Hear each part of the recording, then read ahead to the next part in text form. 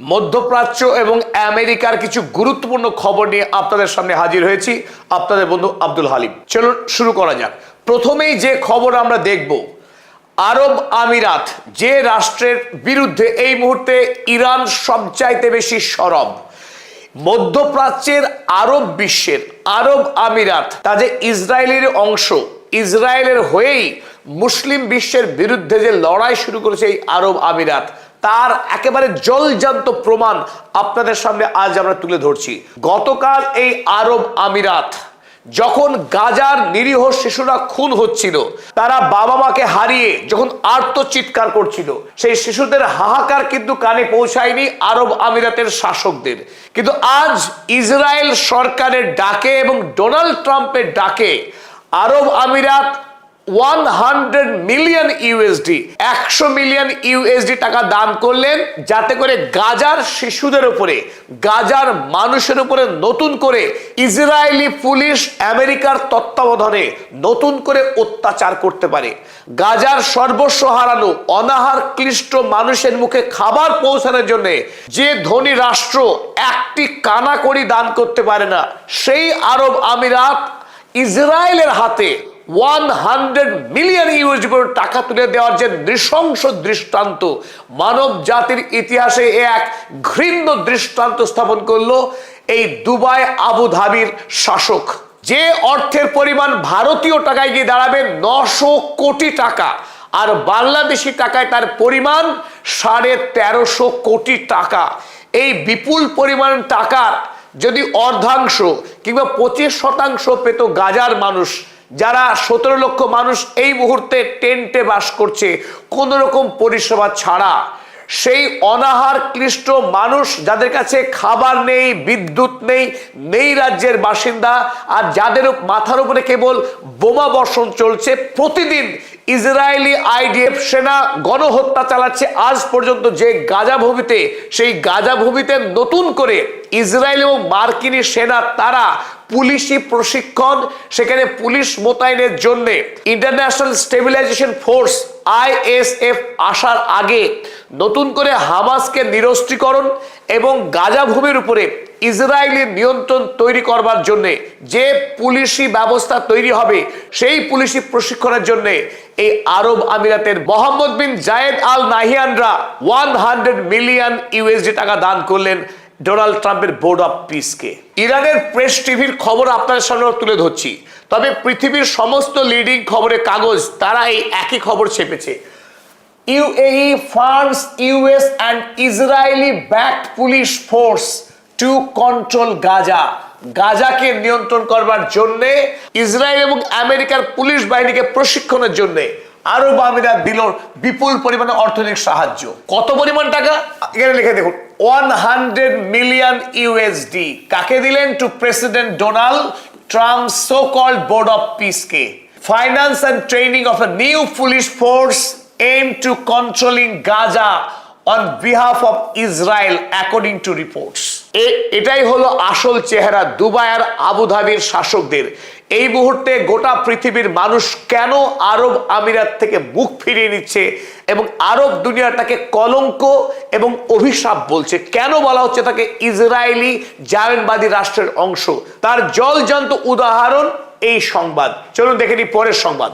আর সাম্প্রতিক সময়ে এই আরব আমিরাত গোটা আরব বিশ্বের বিরুদ্ধে চক্রান্তে লিপ্ত থাকার জন্য এবং ইরানের বিরুদ্ধে সমস্ত রকম ষড়যন্ত্রে লিপ্ত থাকা ইসরায়েলি সৈন্যবাহিনীকে আরব আমিরাতের পবিত্র মাটিতে জায়গা দেওয়া, আমেরিকার সঙ্গে লিপ্ত হওয়া ষড়যন্ত্রে ইরানকে ধ্বংস করার সমস্ত রকম বন্দোবস্ত করার চেষ্টা করা, সর্বোপরি গাজাতে নিরীহ ফিলিস্তিনিদেরকে খুন করার চক্রান্তে অর্থ সাহায্য করা, এই সমস্ত ঘৃণ্য কাজের জন্য ইরান আজ সরকারিভাবে এই আরব আমিরাত রাষ্ট্রকে শত্রু রাষ্ট্রের সামরিক ঘাঁটি বলে চিহ্নিত করেছে। আরব আমিরাত আর ইরানের প্রতিবেশী রাষ্ট্র নয়। আরব আমিরাত এই মুহূর্তে ইসরায়েলের সামরিক সেনা ছাউনি, যে সেনা ছাউনি এখন আরব বিশ্বের জন্য সব থেকে বড় চ্যালেঞ্জ, হুমকি। অতএব ইরান আরব আমিরাতকে আর কোনোভাবেই প্রতিবেশী রাষ্ট্র হিসেবে দেখতে নারাজ, তাকে ইসরায়েলি রাষ্ট্রের একটি অংশ, সামরিক ঘাঁটি হিসেবে ঘোষণা করলো গতকাল। চলুন আমরা দেখে নিই ইরানের পক্ষে কি লেখা হয়েছে। ইরানের পার্লামেন্টের সদস্য আলী খেজরিয়ান তিনি গতকাল মন্তব্য করেছেন, মন্তব্য আমরা দেখে নেব। We no longer see the United Arab Emirates as a neighbour. আমরা আরব আমিরাতকে আর কোনোভাবেই প্রতিবেশী রাষ্ট্র হিসাবে মনে করছি না। They are considered a hostile base. তারা আমাদের শত্রু সেনা ছাউনি, যেটা আমি বলছিলাম ইসরায়েল রাষ্ট্রের সেনা ছাউনি, সেই কথাই ঘোষণা করেছে পক্ষান্তরে ইরান রাষ্ট্র। আর ইরানের একজন অন্যতম অধ্যাপক মারান্ডি এই মুহূর্তে ইরানের দৃষ্টিভঙ্গি সারা পৃথিবীতে যিনি ব্যাখ্যা করছেন, সেই মোহাম্মদ মারান্ডি তিনিও দাবি করেছেন যে আরব আমিরাত এই মুহূর্তে ইরানের অন্যতম প্রধান শত্রু। ইরান এবং আমেরিকার খবরে ফেরা যাক। এখনো পর্যন্ত আমেরিকা ওমান উপসাগরে তার যে নৌ অবরোধ, সেই নৌ অবরোধ চালিয়ে যাচ্ছে। ওদিকে ইরান তারাও চেষ্টা করছে আমেরিকার ওই নৌ অবরোধকে অমান্য করে, অবাধ্য হয়ে তাদের দেশের যে বাণিজ্যিক কার্যকলাপ, সেই কার্যকলাপকে চালিয়ে যাওয়া। কাল ইরানের দুটি জাহাজ বিদেশে তেল খালি করার পর খালি ট্যাঙ্কার ফিরে আসছিল ইরানের পথে।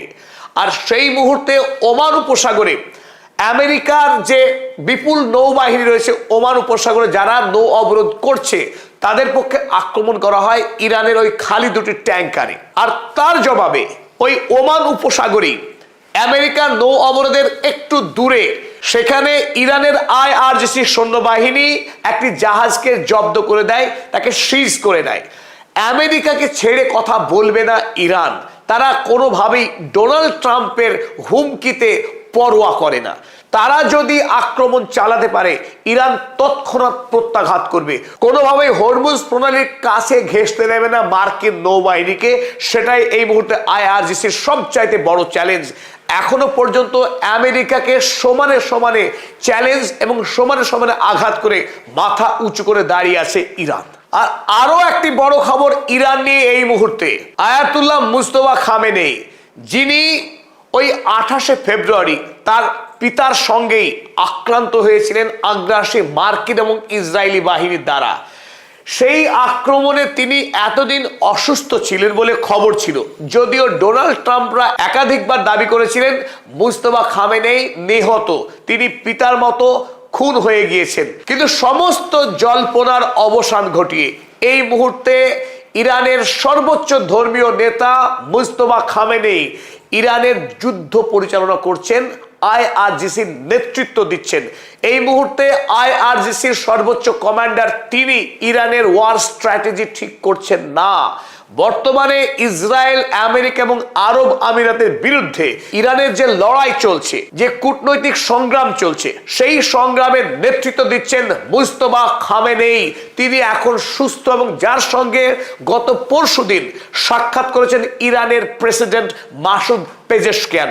মাসুদ পেজেশকিয়ান আয়াতুল্লাহ মুস্তফা খামেনেইর সঙ্গে সাক্ষাৎ করে অভিভূত হয়েছিলেন, তার বিনম্রতা এবং আন্তরিকতায় স্নাত হয়েছিলেন, আপ্লুত হয়েছিলেন ইরানের প্রেসিডেন্ট মাসুদ পেজেশকিয়ান। সেই ইরানের সর্বোচ্চ ধর্মীয় নেতা আয়াতুল্লাহ মুস্তফা খামেনেই এখন ইরানের নেতৃত্বে। আর এই কথা আমেরিকার গোয়েন্দা সংস্থা CIA তারাও মেনে নিয়েছেন। তাই মুস্তফা খামেনেই তিনি বিকলাঙ্গ হয়ে যাননি, তিনি সশরীরে এই মুহূর্তে ইরানের দায়িত্ব সামলাচ্ছেন। আর এই খবর ইসরায়েলের দ্য টাইমস অফ ইসরায়েল পত্রিকা তারাও ছেপেছে। চলুন আমরা দেখে নিই কি লিখেছে Times of Israel. US intelligence said to assess Mustafa Khamenei is playing key role in crafting Iran's war strategy. ইরানের যুদ্ধ স্ট্র্যাটেজিকে এই মুহূর্তে নেতৃত্ব দিচ্ছেন, সামলাচ্ছেন তিনি আর কেউ নন, তিনি ইরানের সর্বোচ্চ ধর্মীয় নেতা মুস্তফা খামেনেই। যেভাবে তার পিতা আয়াতুল্লাহ আলী খামেনেই প্রবাদ প্রতিম নায়ক হয়ে উঠেছিলেন ইরানের তথা সারা পৃথিবীতে যারা সাম্রাজ্যবাদী বিরোধী শক্তির লড়াই করছে যে জনতা, তাদের আদর্শ হয়ে উঠেছিলেন। ইরানের প্রতিটা পথে, প্রতি জনপদে যার মুখ চোখে পড়তে বাধ্য, সেই আয়াতুল্লাহ আলী খামেনেইর মতো এই মুহূর্তে মুস্তফা খামেনেই মানুষের হাতে হাতে। পরিশেষে চলুন আমরা আরো একটা চমৎকার সংবাদ দেখে নিই। ইরানকে জব্দ করতে না পেরে ডোনাল্ড ট্রাম্প কোমায় চলে যাচ্ছেন, হতাশায়, অবসাদে। তিনি যে কায়দায় ভেনেজুয়েলায় আক্রমণ করে তিনি এলেন, দেখলেন, জয় করলেন, veni vidi vici I saw I came I defeated, সেই একই খেলা তিনি খেলতে চেয়েছিলেন ইরানের সঙ্গে, কিন্তু ইরান কিছুতেই হার মানছে না, বারবার বুক পুড়ছে, আমেরিকার সংবাদ সংস্থা গালি দিচ্ছে। তাই এই হতাশা থেকে বাঁচার জন্য তিনি একটা ম্যাজিক্যাল টুইস্ট মেরেছেন, আবারও আক্রমণ করলেন ভেনেজুয়েলাকে। লক্ষ্য কি? ভেনেজুয়েলার হাতে থাকা 10.5 কিলোগ্রাম এনরিচড ইউরেনিয়ামকে লুট করার কাজ করলেন ডোনাল্ড ট্রাম্প। ইরানের কাছে থাকা 441 কেজি এনরিচড ইউরেনিয়াম, যার দিকে পাখির চোখ রেখেছেন ডোনাল্ড ট্রাম্প, তিনি জোর দাবি করেছেন ইরান কোনোভাবেই পারমাণবিক বোমা বানাতে পারবে না। তিনি ইরানকে নাকি পারমাণবিক বোমা বানাতে দেবেন না, এমনকি ইরানের কাছে থাকা ওই এনরিচড ইউরেনিয়াম তিনি ছলে বলে কলে কৌশলে যে কোনো মূল্যে কেড়ে নেবেন, কিন্তু পারেননি। অগত্যা আবারও সেই সফট টার্গেট ভেনেজুয়েলা।